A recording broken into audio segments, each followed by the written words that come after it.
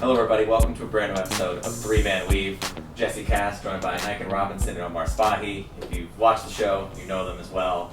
Obviously, a little bit of a different show this month as dealing with the tragic passing of Kobe Bryant, along with his daughter Gianna and 7 others. So it's a somber episode, but we're going to try to fill it with some joy, talk about our memories of Kobe.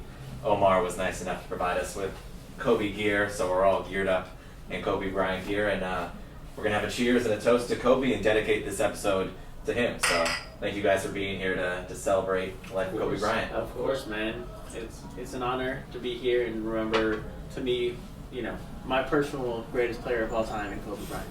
So yeah, Omar, we'll start with you because you are the only real diehard Laker fan here. Obviously, Nican from the Bay is a Warriors fan. My family roots Knicks and Clippers. Yeah. So, from different perspectives, growing up loving Kobe and whether you love them or not, just you were the true fan of the Lakers and Kobe. So what's this like from your perspective? And it's one of your heroes, obviously, and just a really tragic accident. To be honest with you, it was like experiencing a death of a family member. And it was really painful and it was really personal for this guy I've never met before in my life. And I ended up, getting emotional and having some really emotional moments where, I couldn't believe it. I'm in full grief, like I lost a member of my family. And I couldn't process it. Why did I have these feelings about this guy I'd never met before? And I had a talk, and he was in your living room for 20 years on your TV where you were with your most precious moments with your family, and he's there with you, so it really does feel like a member of your family. And so for me, it was really difficult to deal with and process because, he's been there for 20 years, from 96 all the way to, past 2016, and yeah. It's just tragic to see that, but, I'm grateful for the career he's had, and, in life, sadly, these things happen, and it's, I have to do your best to put one foot in front of the other and move on. Yeah, Nican, how about you? He's one of the greatest players ever to do it. The biggest thing is it feels like the loss of the death of a family member. Still don't believe it, and it's days later. Yeah. I'm still waiting for him to pop out somewhere, but I know that those types of things don't happen. But I mean, his influence on me because of basketball, looking for examples and role models to kind of model my work ethic and model my game after. I didn't model it after Kobe, but still, seeing his skill set and the work that he put in motivated me to work in that way. As I was playing basketball, so huge impact on my life because most of my life was basketball. Yeah. And the things that he was able to accomplish, watching him, in the Lakers in three-peat in the early 2000s, and then again his two-peat. Yeah. About a decade later, like watching him grow, and then my life paralleling his life in terms of growth and things and overcoming things, what have you. It's just it's inexplicable. Yeah. To try to express the sadness that surrounding his passing. It's just it's crazy. Left us with some very good memories. Yeah, it's crazy, and Omar, like you said, I felt I've been dealing with the similar emotions this past week, and it also felt weird just for the fact, like Nican, you said, it doesn't feel real. It still just is a kind of a surreal walking around, especially in Los Angeles, where it's just such a somber mood, and the whole city is mourning Kobe Bryant. We know that's across the world, but being in LA is another level of that. But as someone who rooted against him for most of my life, I was just struck by how much it felt like still losing a family member, and how distraught I felt over this past week, and crying over someone that I never met and someone that I rooted against. But like Omar said, someone that was in my living room, just being a huge basketball fan and growing up in Los Angeles, I would still, even if I wasn't rooting for them, watch Laker games all the time and see Kobe Bryant from when he was 18 years old and, all the way up to that last game. And it's just, it's shocking and terrible. And I do want to make sure that we do say the names of the other victims: John Altobelli, Carrie Altobelli, Alyssa Altobelli, Christina Mauser, Peyton Chester, Sarah Chester, and Ara Zobayan, because obviously, and of course we mentioned Kofi's daughter Gianna before as well, but all of those people and their families are dealing with loss as well. So it's even as much as we're focusing on Kobe, it's obviously even greater than that, and just a terrible accident. Just makes you want to hold your loved ones even tighter, because every day, no matter, even when you are able to see that you can put one foot in front of the other, no day, no moment is given. So, which goes hand in hand just with, it seems the way Kobe lived. He lived his life to the fullest. Yeah. Nothing would stop him from doing something. And it just, seeps into your bones. Yeah. And I know it's going to be hard to do because we're all still feeling it, but for the viewers out there, I'm sure they're feeling it as well. So we do want to try to relive some happy memories of Kobe Bryant. So we know we all have seen 20-something years of spectacular moments. So Omar, we'll start with you. It's hard to boil it down, but what's the first thing that comes to mind when you just think about Kobe and maybe one of your memories that resonates with you? Man, there's so many. I don't even know where to start. I think I have to go. I'll start with the beginning, I guess. Yeah. For me, early in his career, there was they were playing Portland in Game 7. Scottie Pippen, David Stoudemire, Sabonis, and Shaq and Kobe, and they were going at it back and forth. And this was a time when I was, just a child, and to me, they were down by like 20 points in that game. And in the fourth. In the down fourth. 16 in the fourth. Yeah, it was something crazy. And as a kid, I had given up hope. My heart was like, oh, this is terrible.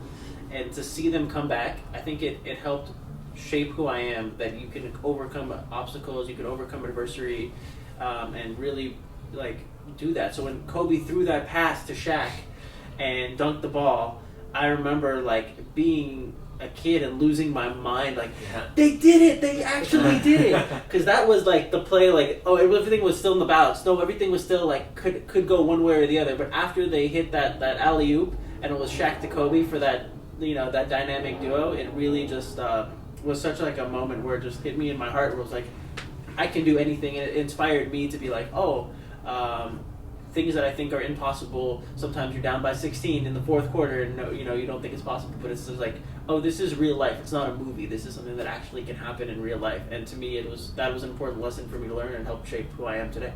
And for you as a Lakers fan, obviously they're synonymous with success, but that was the run to the first championship. Yeah. So that was before they had really tasted that success in a long time. So that was the start of really that era in them dominating. What a start! Because the early 2000s just is imprinted on my mind. Yeah. From the jersey change to Phil Jackson coming on to Kobe taking, or really just taking over between him and Shaq. Both him and Shaq going back and forth taking over, but Kobe always trying to assert his will in games. That's where his legend, it doesn't necessarily begin, but that's where it definitely takes flight. For me, the first memory that I have of Kobe, or one of the most important, is the afro. It was Afro Kobe, it wasn't it was a cultural impact. It was a cultural impact of seeing this young black man with he's cocky as hell, but he, once again, he's learned to assert himself and assert his will, just on dominate you, learning how to do that. And he's doing it with this afro that's not quite shaped smooth. It's got little rough edges, but it looks good. It looks great. It looked good. And then you could see his silhouette. Of course you got Jordan dunking, but if you just turn him to the side, silhouette Afro Kobe. Yeah. Is that's that was my favorite one. Shoot. It is everything about that to me was just I want to be like him. And he's young. He was dating the hottest chick in the game. He's and dating Brandy. Was apparently watched game film with Brandy at the house. Oh wow! Oh, really? Well, she was there supporting when he won the slam dunk contest, so she was there. Yeah. So it's crazy. What about you? What was your first memories of Kobe that you kind of think back on? I think the first one, obviously you said there's so many, but the first one that I really took notice of Kobe was I think it was the 1998 All-Star Game, which was in Madison Square Garden. Oh yeah, that was a great one. You know, that was Jordan, or 97, excuse me, All-Star Game. Yeah. So the Kobe's second year in the league, he had, you know, after the Utah thing where he airballed the shot, and I mean that's a whole story in itself. But the All-Star Game, you know, he's kind of this young upcoming kid. He's got the fro going at that point. Michael Jordan's in the game, and he's going toe to toe with Jordan. It's in MSG. You know, he had the shot where he does like the fake around the back dribble and the little running hook shot, and just like, oh, I forgot about that. It was like a little like running 10-foot hook shot. And we tried that at school the next day. Yeah, exactly. I remember trying that at school, yeah. and it was just a show. And you could tell he had a flair for the moment. He knew it was the Garden. He knew it was Jordan, and he was up for the challenge even when he was 18, 19 years old. And I remember hearing an interview with Kobe somewhat recently on the Knuckleheads podcast with Quinn Richardson and Darius Miles, that he took that game as motivation for years and years and years, because his coach in the All-Star game was George Karl, who benched him for the final 19 minutes of that game after he had kind of gone against Jordan. And that's why he said, in his mind, he would never let the Nuggets beat them. Because George Karl benched him at the end of that All-Star game. And they lost. The West lost that one. Yeah, Jordan got the MVP in that game and put up 30-something. but in Kobe's mind, he wanted that moment. So that was just, I feel like, the start of it when I first noticed, like, wow, this guy is really something special. What I really remember about that game is the jerseys. It was the coolness of the, like, now they all have the custom All-Star jersey. They all wear a team jersey. But that was the first one where it was like, the one team was wearing the white colors, and the other one were wearing their team colors. Yeah, like their regular jerseys with all-star patches on them. Yeah, and I was like, that was such a cool thing. Yeah, and that was awesome. Why didn't they do that more often before? You know. Yeah. Just speaking of that mentality, you know, him not necessarily a grudge, but using that as motivation. That's something that has directly affected me as well. I mean, even now, it's just like, okay, well, if I feel snubbed, I'm not gonna let you, I'm not gonna let it happen. Or I'm going to transcend. Yeah, like, that's just what's gonna happen. You snub me, I'm transcending. And like watching Kobe and like reading about Kobe and whatnot, like I've taken that. Yeah. So I appreciated that about him a lot. Like you're not gonna hold me down ever. Like there's no possible way you could. Yeah, it's a level of kind of brashness that Michael Jordan had, and remember in Michael Jordan's Hall of Fame speech where he was still kind of calling people out. Yeah. It was Kobe had that same thing. But Kobe kind of, as he got older, that kind of seemed like it went away. Yeah, he softened a little bit, which kind of it was an evolution thing. Yeah, because Jordan feel like he never let go. Jordan, did he soften though? Who, Kobe? Yeah. I don't know. I feel like he did and he didn't. You know.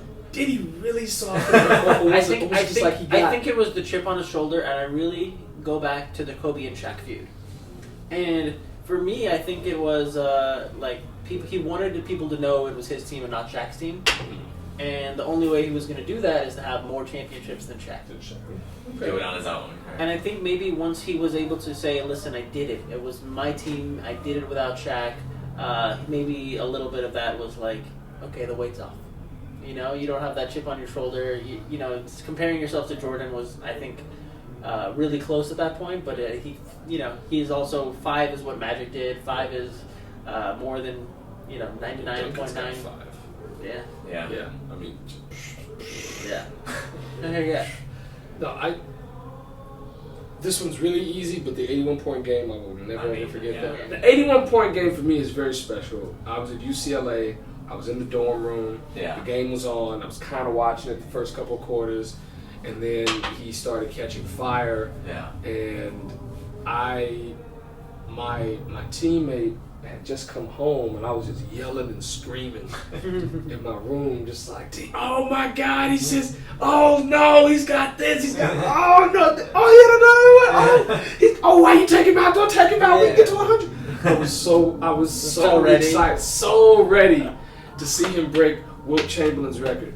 Had he stayed in the game, I think that he would. Well, he only had like a minute and a half. Yeah. Doesn't matter. Doesn't matter. I mean, that game obviously stands out. 81 is just a ridiculous number. I mean, second highest in NBA history. Yeah. But just thinking about that game, maybe very, very late, he was just adding on, but they were down like 17 in the first half. Like, he needed to turn that on and score for them to have a shot to win the game. So, like, most of that output was necessary for them to win.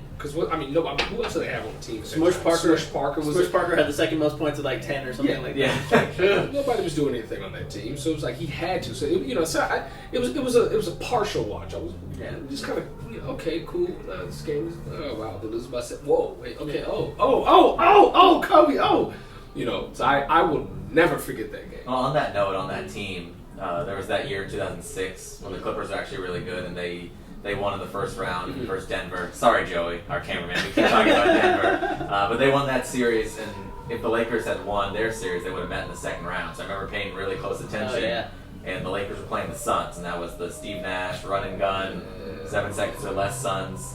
And just the fact that the Lakers, they went up 3-1 in that series. That was the one where Kobe hit that buzzer beater. Oh, yeah. The fact that they were even in control in that series versus that Suns team is such a credit to Kobe. Because that Lakers team, as you mentioned, was pretty awful. They were the 7th seed, right? Yeah, they were the 7th seed. Wow. Kwame, Smush Parker, Luke Walton. I mean, they were a bad supporting cast. Yeah. And Kobe just was on a whole nother level. That might have been the best that he ever was in that 2 or 3 year span, but it was just remarkable watching that. It's like, this guy is going to beat this juggernaut team by himself. It was crazy. So I remember that vividly in 2006. I think the thing that broke my heart that series was he didn't finish it. Yeah. You know, to get up 3-1 and then not be able to beat that Suns team was very difficult because you're like, they're back, we're here. Yeah. And he had a great series, and then they were like, just stop Kobe, and they kind of figured out how to. Well, I think that was also interestingly, obviously Kobe, no player is a perfect player, but that was one of the things where I think he still, like you said, had that chip on his shoulder, and maybe might have been a little more petty at that point. Or in that Game 7, he had heard all the talk about he's not passing enough, so he basically didn't shoot the whole Game 7, and they lost by 20 something just to prove a point. Like, hey, you don't want me to shoot? Look what happens, and then they lost. So even in a Game 7, he just wanted to prove that point. And he did. I'm proud of his first championship, minus Shaq. Yeah, and the second one. And the Boston, and the second one.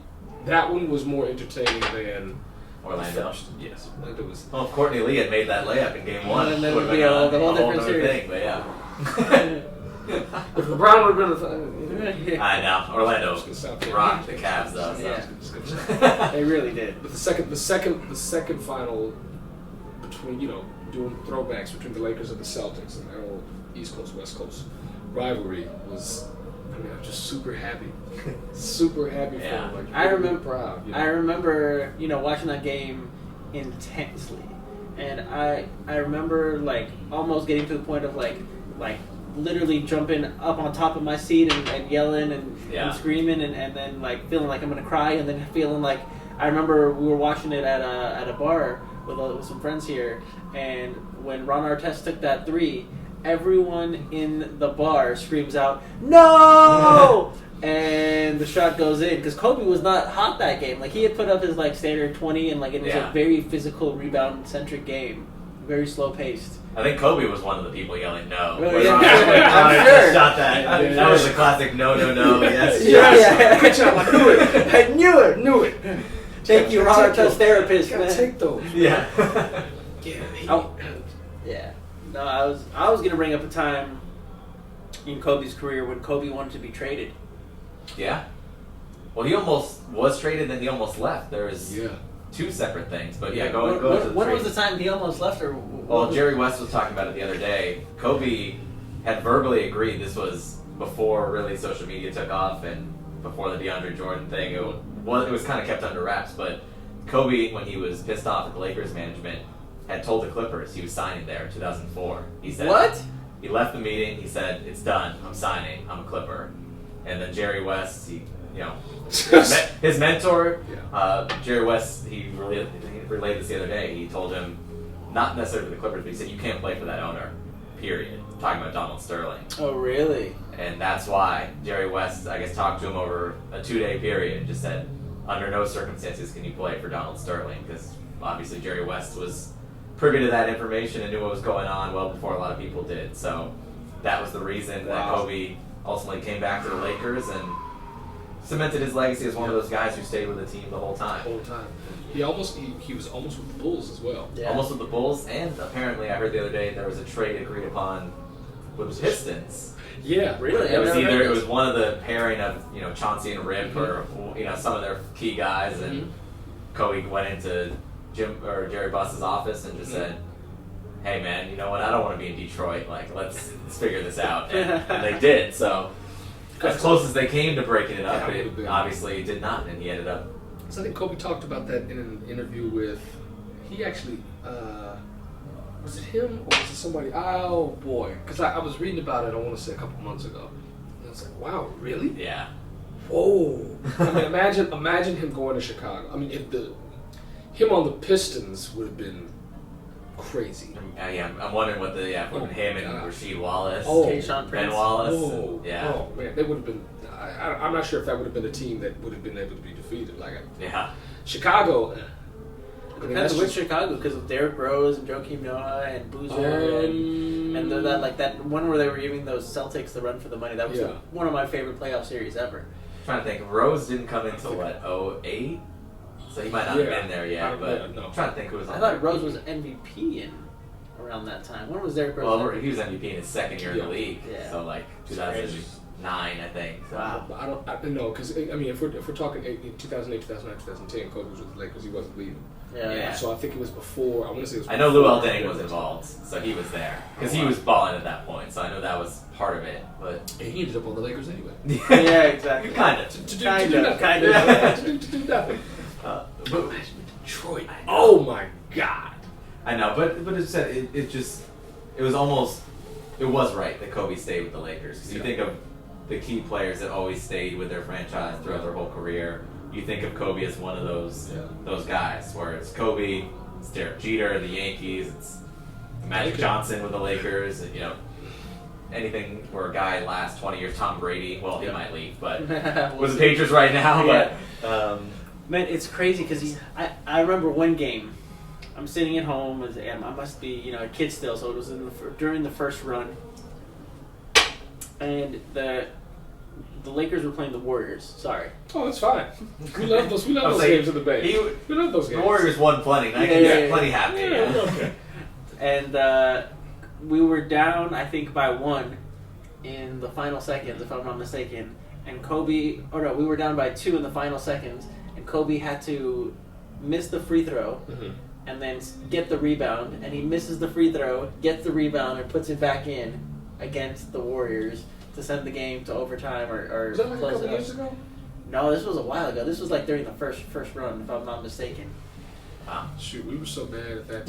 Yeah. You're just like, all the losses are blending together. What was that? Yeah, exactly. We had a team in the early 2000s. I don't remember. Donald Foyle. Doesn't ring a bell. Yeah. But no, I mean, I remember obviously Kobe. One of his signature games was the 61 in the Garden. Yep. And just watching that game, and obviously being a little younger then, and just watching it, I'm like, this a-hole. Like, this is ridiculous. The fans are cheering for him now in New York. Like, I remember being like pissed watching that, but it was just like, you look back at it now, and it's like, there's just nothing anyone can do to stop him. And like, I look back at it now, and I like smile and laugh. It's just like, it was just pure. It was like art, dominance. He gets going. And I mean, his footwork, his shot selection is questionable, but you also are expecting him to hit every single shot that he takes. Like he's clutch. He gets in his zone willingly to where it's just like what can you do? Like you can't do anything about it. Yeah. You can't do anything. I was going to say, since we're on BronxNet, I'm going to bring up another New York memory. Yeah. When Linsanity was happening. Yeah. Linsanity was a very slow build. It was like, what did he do? This guy's on a 10-day contract. What did he put up? And then he had another better game, and then another better game. But it never felt real until he did that to the Lakers. Or he did it to Kobe, because Kobe before was saying that, like, who is this kid? Who cares? Yeah. Which was a total Kobe, Jordan, Phil Jackson mind game of like getting in their head, but obviously. But then Jeremy Lin came in and demolished them that night. Yeah. And I was like, oh, this guy's for real. Yeah. But I even remember watching that night because, the Knicks played great and they won that game. About 4 minutes to go, I think they were up like 12 or something. And Kobe hits like 3 shots in a row, and I was like, oh man. Like, it was good while it lasted. Like, they almost took it away, but they were able to salvage it. But it was like, even in that game where Lin was dominating, Kobe, like, at the end, was still almost took it away. Kobe is always there. Yeah. He doesn't his presence on. I mean, one of the games that I saw Kobe live, I know there was a handful, but one that I remember well was actually in Staples Center against the Knicks. I remember because Allen Houston had 53 points. It was his career high. But he had to duel off Kobe, who had like 47. And like the Knicks won that game barely, but it was just like, again, even when you're playing at the top of your game, it's like Kobe is right there, just going toe-to-toe. And obviously Kobe came in on top more often than not. Yeah. I'm just going to say he's always on top. Like it's like Well, his presence is always there. Yeah. Well, it doesn't matter. it's crazy, man, to have, you realize you're only in the league for a very limited amount of time. He was there for 20 years, and most players in a 20-year career, you look at Karl Malone, he never got a ring. You look at John Stockton, obviously he never got a ring, and so many other players, Charles Barkley, many great, Patrick Ewing, never got a ring. Kobe was able to do it 5 times. Yeah. 1 out of every 4 years he was playing, he got a ring. And that's something really special and really showed that his mindset and how he was able to execute it and really become, be an NBA champion. Yeah. So before we wrap it up here, obviously Kobe's last game, I think, was something that I want to touch on for a minute. 60 points in his last game where he's struggling to breathe. He's gassed. He hasn't played more than 20 minutes a game in over 2 months and had been really struggling before that. And it resonates with me because I remember watching it with my sisters and my cousin, my brother-in-law. None of us who are Laker fans either, and we were jumping up and down on the couch by the end of it. You just got caught up in this is true greatness and one final bow. That was if anyone ever put a cap on their career in the right way, that was Kobe for sure. You had to have known. Yeah. You had to have known that he was going to come in and put on the show. Yeah. You had to have known that he was going to go out with not one bang, but a plethora of them. I was there for the last game. Wow. And I can tell you, I've never seen anything like it. Any sporting event is not compared. I went there and Kobe came out shooting and missing. And he missed a lot of shots in the beginning, and you could feel everyone was still on edge and inflated and excited.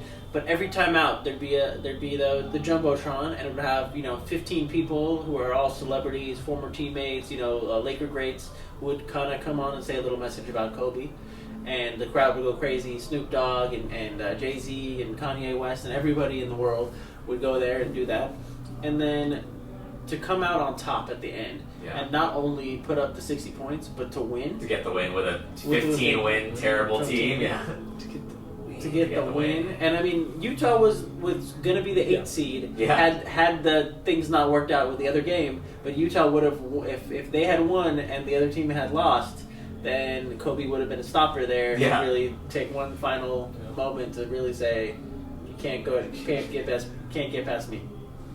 Yeah, unbelievable. Unfortunately, we only have these 29 minutes to talk about Kobe, but we could talk about it for forever and ever, and we likely will when this is over. So, thank you so much for tuning in. We're going to cheers one more time for Kobe Bryant and all the victims of this terrible accident. We remember Kobe. We love Kobe. We love you guys on BronxNet. We'll see you next month.